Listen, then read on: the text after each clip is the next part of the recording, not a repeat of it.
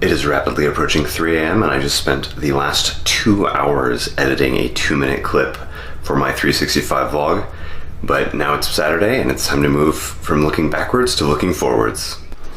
One of my big goals is to move from content that's a little bit random and a little bit all over the place into more arcs where I give updates over projects over time. So here's one of the projects that I showed recently in the last couple of weeks, which was I started with a hex grid representation where I'm using SVGs and I'm using divs to actually render a nice beautiful hex grid.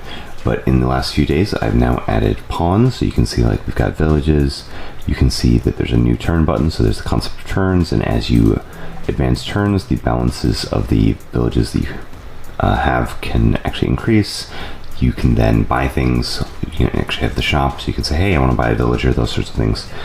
You'll notice that there's no images yet. That's actually a problem with StackBlitz, where I can't upload images, so I've just hit the point with this project that I have to abandon StackBlitz and switch over to a local VS Code version, which also means that this project's going to go from being in StackBlitz up to being in GitHub. So if people want to take a look at the source code, that will all be much more easily available to you.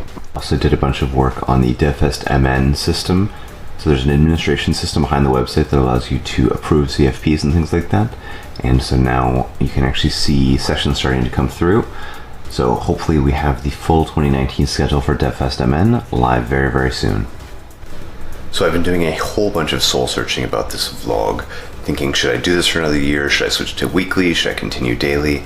And here's where I'm at. I think I should continue daily. I think doing this for a year has been such a great part of my life, and I think doing it again for another year is going to give me all those same benefits. But at the same time, I don't want to do the same vlog for the next year. So what I want to do is I want to be more careful and more attentive to the types of content that I'm producing.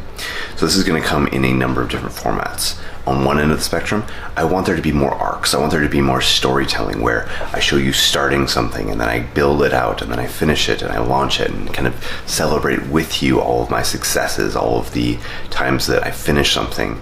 Then I also want to do things like have more artistry in the vlog, because there's so many good ways of doing filmmaking that I think if I was just a little bit better at, that would make the quality of the content even better. So I'm going to be looking at switching cameras or getting a new lens so that we have a little bit more bokeh. I'm going to be looking at getting some better tripod equipment for doing like time lapses or rotational shots, those sorts of things.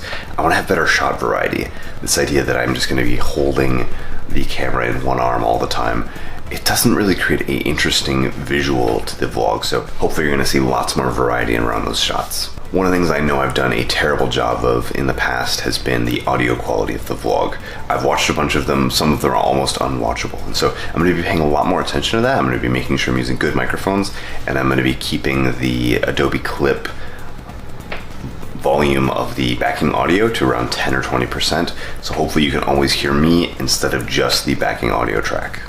And there's two more things that I think I can accomplish. I think I can do better interaction, where I should be asking questions, I should be interacting with other people, both in the vlog and at a meta level, so people leaving comments for me, giving me feedback, those sorts of things.